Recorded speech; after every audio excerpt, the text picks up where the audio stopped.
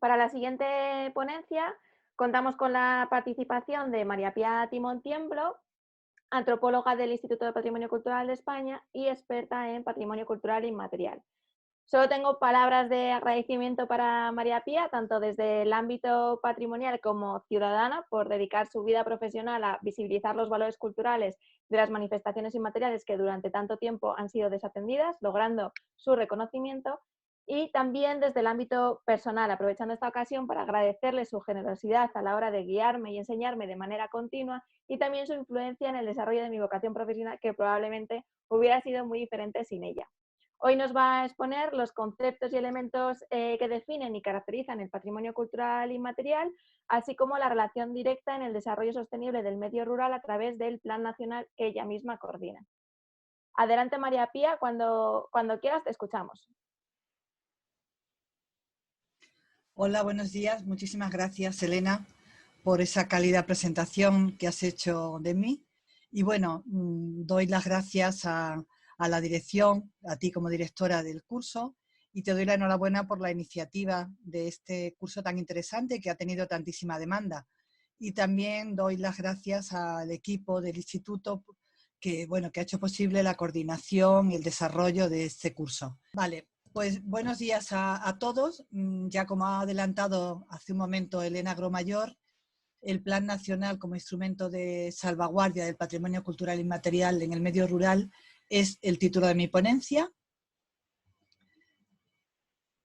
Entonces, lo primero quiero empezar hablando de lo que entendemos por salvaguarda, porque aquí se habla mucho de conservación, restauración, pero para todo lo que tiene que ver, y creo que incluso para el resto del patrimonio, deberíamos empezar a incluir mucho más el término salvaguarda de lo que realmente se incluye, porque tal como establece la Convención de la UNESCO, en la Convención para la Salvaguardia del Patrimonio Cultural Inmaterial, establece el término salvaguarda y lo define muy bien. Fijaos que lo define como entendemos por salvaguarda las medidas encaminadas a garantizar la viabilidad del patrimonio cultural inmaterial, comprendidas la identificación, la documentación, la investigación, la preservación, la promoción, la valorización, la transmisión, que es importantísima en el patrimonio cultural inmaterial, y la revitalización.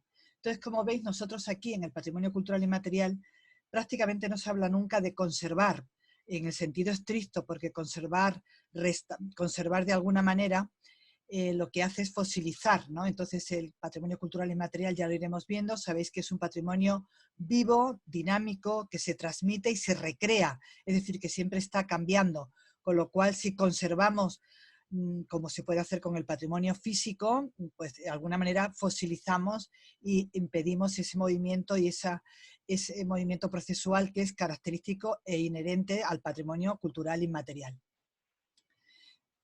A ver, sí, la siguiente. Yo quiero hablar de la importancia de la sociedad civil precisamente. Yo creo que es la más, para mí, la más vanguardista y novedosa de los documentos que tienen que ver con la salvaguarda y que tienen que ver con el patrimonio cultural en general, que es la Convención de la UNESCO del año 2003, que se llama la Convención para la Salvaguarda del Patrimonio Cultural Inmaterial, que, como sabéis, España lo ratifica en el año 2006. Y en esta convención, en su artículo 11, se habla de las medidas que deben adoptar los distintos estados partes, ¿no? que ratifiquen esta convención, que como sabéis, al firmarse es vinculante y empieza a formar parte de nuestro ordenamiento jurídico interno, es decir, que España, desde el año 2006, que suscribe que ratifica esta convención, pues al ratificarla, esta convención empieza a formar parte de nuestro ordenamiento jurídico interno, lógicamente. Entonces, en el artículo 11 dice, en el artículo 11, la barra en B, dice identificar y definir los distintos elementos del patrimonio cultural inmaterial presentes en su territorio, se refiere a cada uno de los estados parte, en los que tienen una gran importancia las comunidades, los grupos y las organizaciones no gubernamentales pertinentes. O sea que, como veis, de alguna manera ya está definiendo y está dándole cabida y razón de ser a esas organizaciones no gubernamentales pertinentes que en el fondo son muchas de las asociaciones de las que hoy estamos aquí hablando. El papel de estas asociaciones, sobre todo las que tienen vinculación con el patrimonio cultural inmaterial, son imprescindibles para definir qué bienes se seleccionan como representativos de esa comunidad. Pensar que la mayoría de estas asociaciones del patrimonio cultural inmaterial están vinculadas de una manera directa con las comunidades portadoras, es decir, que suelen ser personas que forman parte de ese municipio o que se vinculan directamente con esa manifestación cultural inmaterial, etc.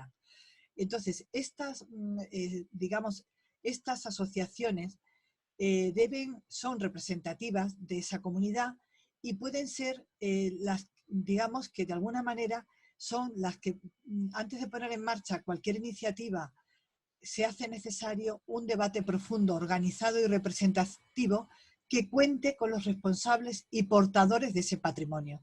Y muchas veces los responsables y portadores de ese patrimonio son las propias asociaciones que surgen en el seno de esa comunidad portadora o de ese pueblo que es identitaria esa manifestación.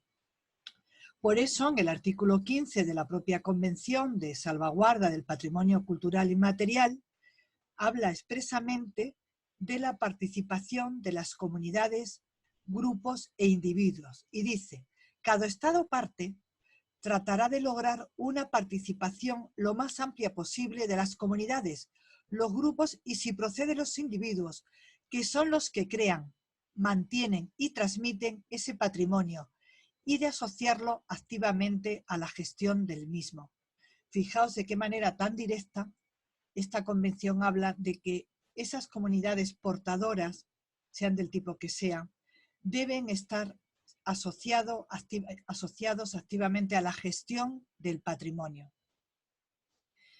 De ahí el protagonismo ineludible de la comunidad como primer principio en la salvaguarda del patrimonio cultural inmaterial. Creo que es la primera premisa en la que debemos partir cualquier gestión, cualquier iniciativa que se desarrolle sobre patrimonio cultural inmaterial debe implicar a esos portadores. Por ello, decimos que toda política cultural vinculada a la salvaguarda de este patrimonio debe ser debatida con y aceptada por las personas creadoras y portadoras de sus manifestaciones culturales materiales.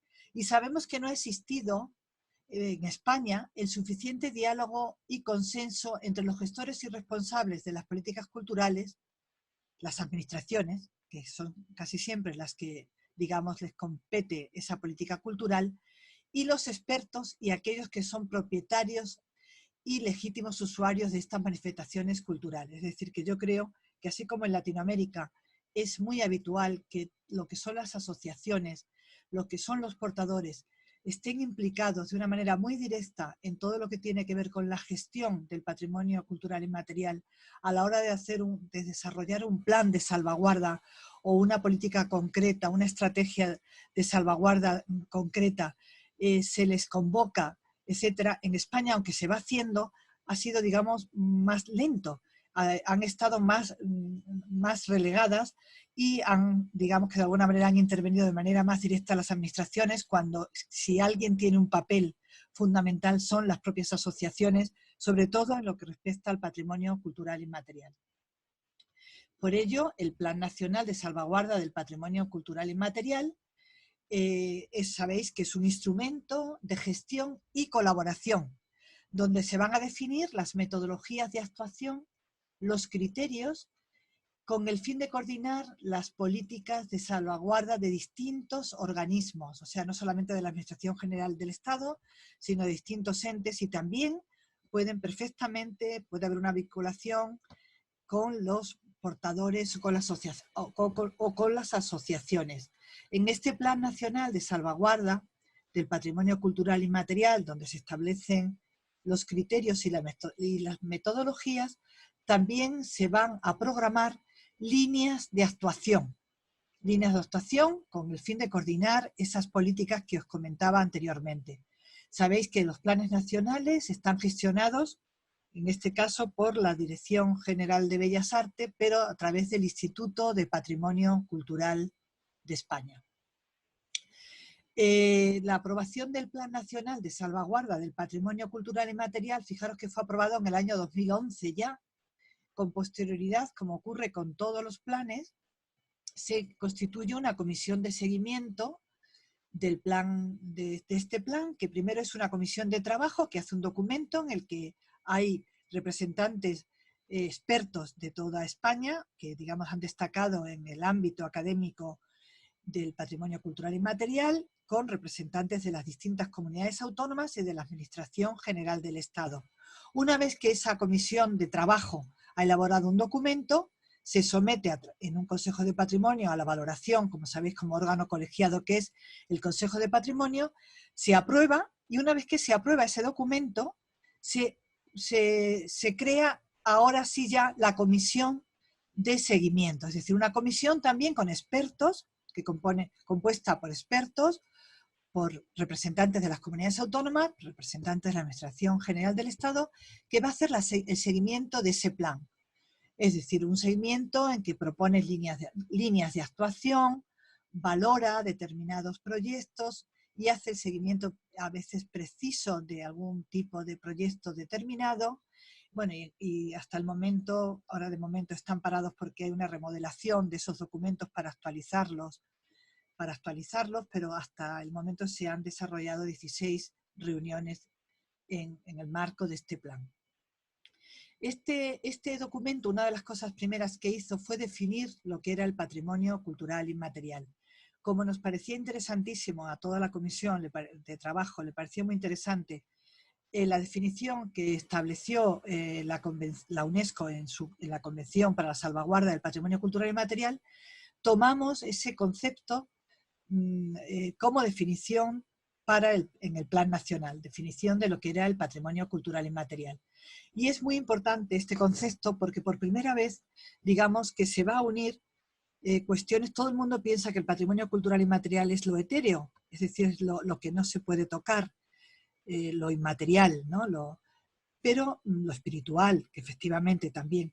Pero hay algo que yo quiero poner muy de relieve y poner un acento en ello, y que es muy importante tenerlo en consideración, porque luego eso nos va a determinar la gestión y la salvaguarda de ese tipo de patrimonio, y es que el patrimonio cultural inmaterial, aparte de lo inmaterial, es decir, de los usos, representaciones, expresiones, conocimientos, técnicas, etcétera, también es los instrumentos, los objetos, los artefactos y los espacios culturales que le son inherentes. Es decir, que no solamente es la expresión en sí, la fiesta, que tenemos una imagen yo creo que muy definitoria y muy clara, donde se ve, por un lado, esa devoción, esa expresión, que es la propia procesión, pero vemos un montón de elementos que están vinculados de manera estrecha con esa manifestación, con esa expresión inmaterial, que son pues todo lo que tiene que ver con la imagen,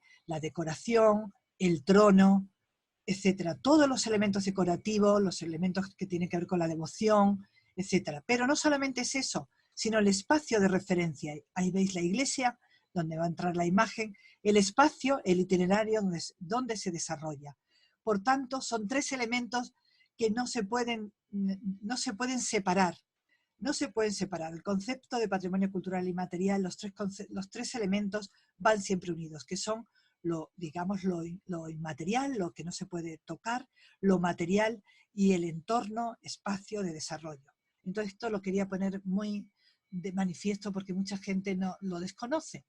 Pero otra cosa importantísima, y sobre todo que nos interesa hoy mucho aquí por el tema que estamos desarrollando, y es que las comunidades, y en algunos casos los grupos, los individuos, lo reconozcan como parte integrante de su patrimonio. Es decir, que si esto no viene avalado por una comunidad portadora que quiere declararlo o no lo reconoce como patrimonio cultural inmaterial, difícilmente las administraciones lo vamos a considerar patrimonio, porque la Convención de la UNESCO lo dice clarísimamente. Es patrimonio aquello que ellos reconocen como identitario, que ellos lo reconocen, no las administraciones, que somos ajenas. Podremos gestionar, salvaguardar, desarrollar estrategias que ellos mismos de alguna manera nos comenten o nos recomienden que se deben desarrollar, pero realmente los que deben saber y los que saben si es patrimonio o no y qué medidas hay que adoptar son los propios portadores. Ese patrimonio cultural inmaterial en el documento del Plan Nacional lógicamente se caracterizó. ¿Por qué? Porque había muchísima gente que no sabía lo que era el patrimonio cultural inmaterial, como decía anteriormente. Lo confunde con el patrimonio etnológico, que es diferente. El patrimonio cultural inmaterial es un patrimonio vivo, cosa que el etnológico no tiene por qué ser. Entonces, el patrimonio cultural inmaterial tiene una serie de características que a grandes rasgos os diré que está interiorizado en los individuos y en las comunidades como parte de su identidad. Es la primer premisa. El segundo remite a la biografía tanto individual de una persona como a la colectiva. El tercero forma parte de la memoria colectiva viva, como una realidad que está socialmente construida. Otro importantísimo es que está experimentado como vivencia. Las personas que no son de esa comunidad, que no son titulares de esa manifestación, difícilmente van a tener una vivencia cuando se desarrolla esa manifestación cultural. Los que realmente lo experimentan como vivencia emocional, etcétera, son los titulares, los que les corresponde esa manifestación cultural. Las asociaciones que están vinculadas de manera directa, los grupos, las comunidades, los individuos. Está experimentado o rememorado en tiempo presente, os lo decía, a diferencia de lo que es el patrimonio etnológico, que no tiene por qué ser en tiempo presente. Vincula el pasado y el futuro, pero siempre a través del presente. Está transmitido y recreado, por eso decía que es vivo, porque se transmite, es muy importante la transmisión. No podemos decir una cosa que surge ahora mismo, que es patrimonio cultural inmaterial, porque no tiene sustrato cultural de la transmisión, ¿entendéis? Que es fundamental, pero normalmente está recreado. ¿Por qué? Porque si no se recrea y no se adapta a las nuevas exigencias sociales, normalmente se pierde. Por eso el patrimonio cultural inmaterial, la dinámica de vivo, es un proceso, como decía, que tiene que estar vivo, transmitido y recreado. Es fundamental porque es lo que hace que siga, que continúe, que permanezca. ¿Entendéis? Esa particularidad es importantísima en el patrimonio cultural inmaterial. Por eso es vivo, es dinámico, está preservado tradicionalmente por la comunidad, que es lo que le da razón de ser. Si la comunidad no hubiera querido, hubiese desaparecido, o no hubiera querido seguir desarrollando y experimentando esa manifestación, hubiera desaparecido. Es decir, que está preservado tradicionalmente por esa comunidad. Otra cosa es que la administración ayude, pero si se ha mantenido es porque la comunidad portadora lo ha traído hasta hoy día. Está interconectado con la dimensión material de la cultura. Por eso os decía que siempre lo tenemos que vincular con los instrumentos, con los artefactos, con el espacio, con el inmueble donde se desarrolla, es decir, con la dimensión material. Y está determinado por un tiempo y un marco o entorno espacial. Por un tiempo es muy importante porque las manifestaciones culturales inmateriales, a veces se ha querido un párroco o una persona ajena a la propia a la propia comunidad portadora, ha querido cambiarlo de fecha porque venían más turistas. Bueno, ojo con este tipo de cosas. Si la comunidad portadora lo decide, estupendo. Pero generalmente una manifestación cultural y material tiene muchísimo que ver con el ciclo anual festivo, con el ciclo de trabajo anual. Es decir, que cuando se desarrolla en enero o febrero es por algo, luego determinado por un tiempo, pero siempre por un marco o entorno espacial. Normalmente tienen un lugar de referencia, porque el espacio remite digamos que remite a la memoria colectiva, por el tipo de eco, por el tipo de sonido que genera ese espacio. Es decir, que son elementos no inocuos, sino son elementos que tenemos que tener en consideración. Está imbricado en las formas de vida. No admite copia fuera de las comunidades portadoras. Si nos ponemos a hacer nosotros una fiesta en el Ministerio de Cultura de pronto, con todos los funcionarios, por muy igual que la quisiéramos hacer a la que se desarrolla en tal sitio y que tiene sus titulares y sus portadores, no tendría la emoción, ni la transmisión, ni esos elementos que hemos venido diciendo a lo largo de esta conferencia. Experimentado desde la perspectiva de los sentidos, sensorial.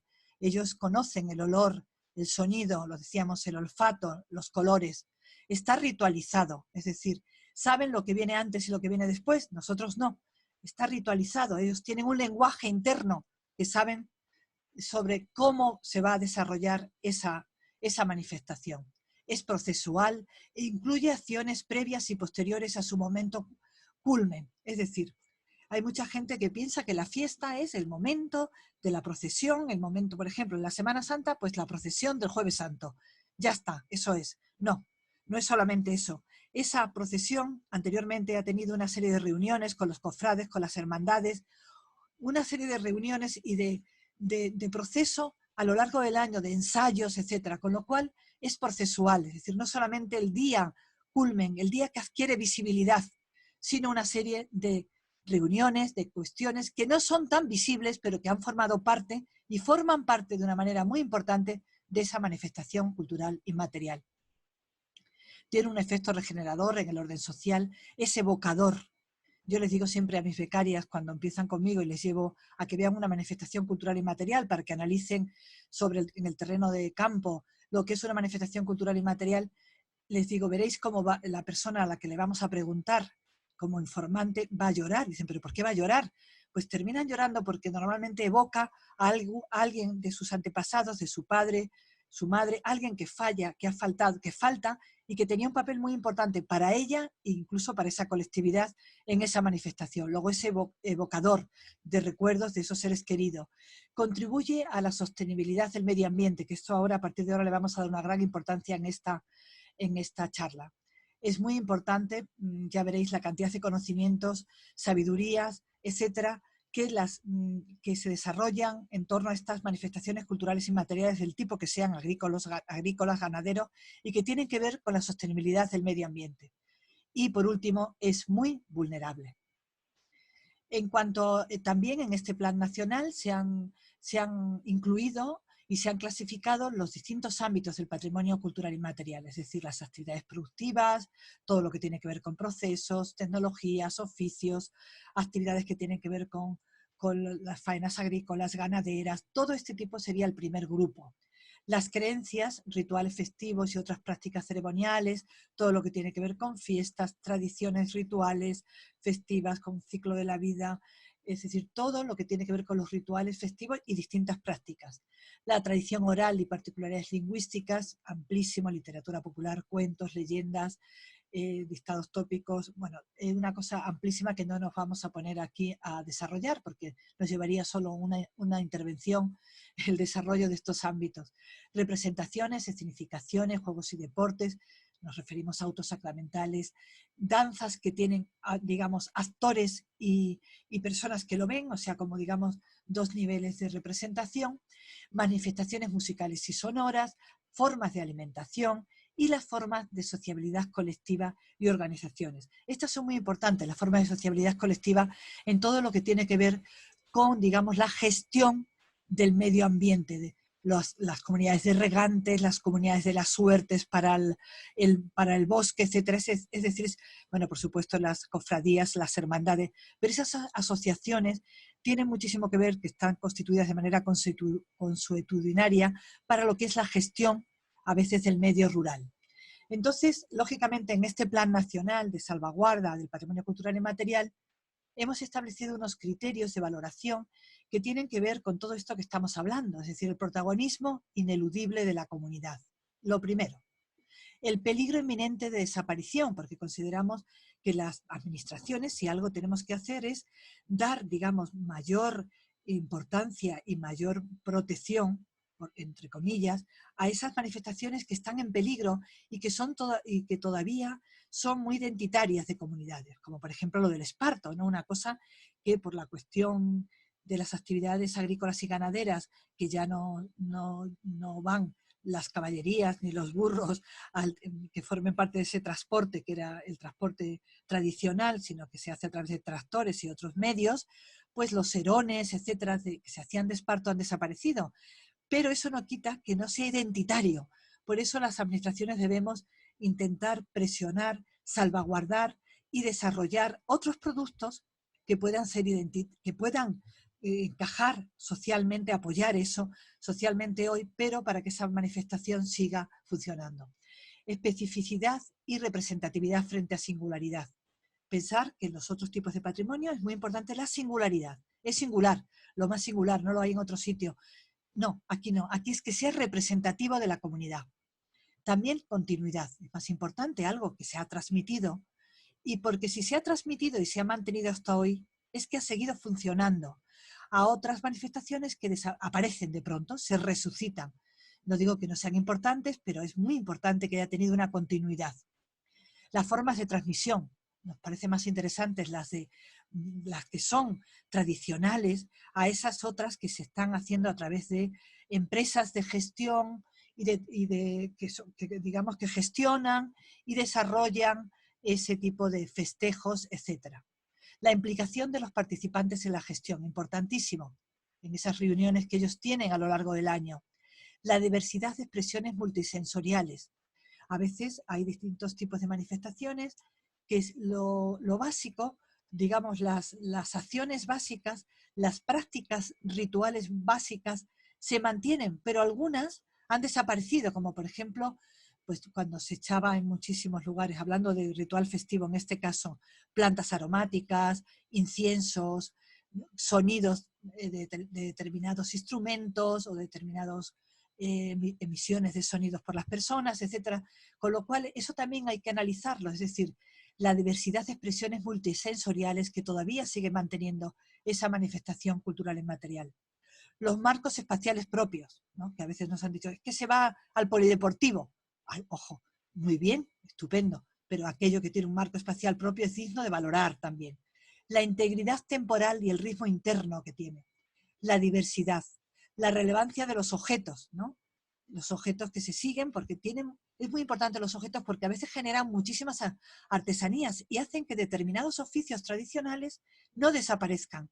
Entonces, si damos importancia a esos objetos que tienen que ver, que son instrumentos inherentes a esa manifestación y que tienen que ver con ese ritual o con esa manifestación cultural y material, estaremos de alguna manera apoyando la castañuela para un baile tradicional, o, no sé, la forja, o el zueco, o los zancos, o la indumentaria, es decir, talleres que se dedican a ese tipo de objetos que son importantísimos en la fiesta.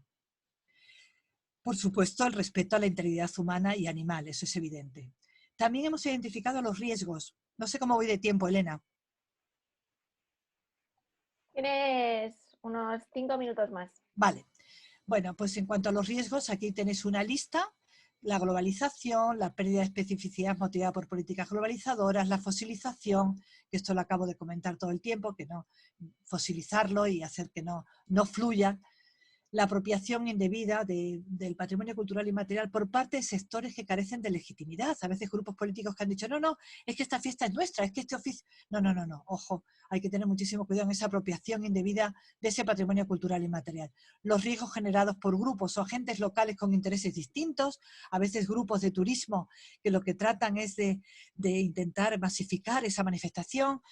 O sea, eso son cosas que para nosotros es un riesgo. La musificación y la teatralización, la violación de los derechos de propiedad, la sobremercantilización y la singularidad, lo decía anteriormente, frente a lo que es representativo. Y por supuesto, uno de los riesgos más horribles es las dificultades en la perpetuación y en la transmisión. Por eso las administraciones debemos apoyar muchísimo todo lo que tiene que ver la transmisión y la perpetuación en ese sentido. O sea, apoyar si es que ellos quieren que se siga desarrollando y siga estando vivo. Las 3 líneas son las de investigación y documentación, la conservación y protección y los programas de formación y difusión. En cuanto, ya para finalizar, en cuanto a lo que os comentaba al principio del patrimonio cultural inmaterial, contribuye todo lo que es las prácticas del patrimonio cultural inmaterial, los rituales, los conocimientos, la sabiduría, contribuyen muchísimo con la sostenibilidad del medio ambiente. Numerosas actividades tradicionales, tanto agrícolas, ganaderas, etcétera, se rigen por conocimientos y criterios de adaptación al medio, practicando la conservación in situ, como indica la Convención de la Biodiversidad, especialmente la producción y uso de variedades de especies vegetales, de animales, bueno, todo este tipo de cosas. Os lo comentaba con esas asociaciones para el riego, para las suertes, etcétera. Trabajos como la extracción artesanal de la corteza del alcornoque, los conocimientos de la extracción de esta corteza o la recogida de la resina de determinadas especies de pinos nos han demostrado largamente a través del tiempo que digamos que desarrolla una política de conservación, una política de sostenibilidad de esos bosques. Nosotros hemos hecho, para finalizar ya con estos proyectos, una serie de proyectos que tienen que ver con el medio rural, de ahí el título de mi conferencia, el Plan Nacional de Salvaguarda del Patrimonio Cultural Inmaterial, como instrumento de salvaguarda, digamos, de protección con el medio rural. Uno de ellos ha sido el estudio y diagnóstico de los sistemas de transhumancia en áreas de montaña en todo el sureste peninsular. Hemos podido ver cómo esa manifestación cultural y material de la transhumancia tiene unas riquezas, unos valores culturales alucinantes al declarar la manifestación cultural inmaterial, la manifestación representativa de patrimonio cultural inmaterial, al declararla en el marco de la ley 10/2015 de salvaguarda del patrimonio cultural. Hemos podido ver que tiene una cultura pastoril en la que hay fiestas determinadas de la transhumancia, una toponimia determinada, una tradición oral puntual, unas artesanías, una arquitectura de chozos, unos conocimientos, unos medios y unos conocimientos de mover el ganado y el equilibrio sobre todo con el medio, ¿no? Que es lo que estamos buscando. Y el último proyecto ha sido un proyecto sobre trabajos de investigación y documentación sobre la producción y transformación del esparto en España para conocer sus riesgos y amenazas y establecer las estrategias de salvaguarda para que sea viable. Esto, bueno, fue por la importancia cultural. Sabéis que desde el Neolítico en España, la famosa campus espartario de la zona de Murcia, Cartagena, etcétera, desde el mundo romano, es decir, que es que España es, digamos que la identifica plenamente desde el punto de vista geográfico y geológico, ¿no? Todo lo que son los espartales, las zonas yesíferas y caliza, la importancia ambiental. Sabéis que mantener los espartizales contribuye a luchar contra los efectos de la desertización y el calentamiento global, principalmente en el área oriental española.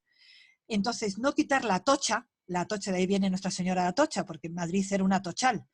No quitar la atocha, es decir, la planta del esparto, ocasiona la desaparición de estos espartizales y, como tal, ocasiona la desertización del terreno.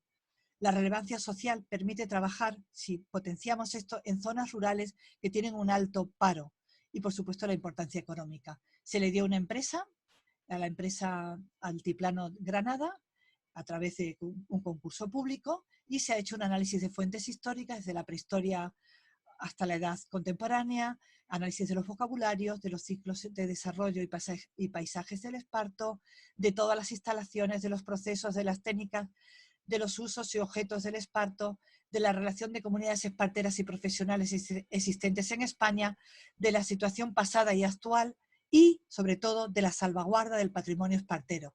El marco normativo con una propuesta de un plan específico de salvaguarda elaborado por Pascal Janin, que fue a quien se le adjudicó el esparto. Ha sido brillante el proyecto que desarrolló Pascal Janin. Y fijaos qué interesante, que no es una cosa, por eso decía dinámico, se transmite y se recrea. Fijaos que recientemente los arquitectos de Elche y Alcoy, concretamente Giner y Gisbert, le dieron un premio nacional de concurso de ideas para personas sin hogar, que plantearon este tipo de tienda, de chozo, que podría ser factible para para esos colectivos de personas sin hogar. Es decir, como veis, se puede ir adaptando. De ahí es donde tienen que intervenir las administraciones, en esos procesos y en esos apoyos para la salvaguarda y salvar de alguna manera este tipo de manifestaciones culturales y materiales que tan identitarias han sido de nuestra cultura tradicional. Muchísimas gracias.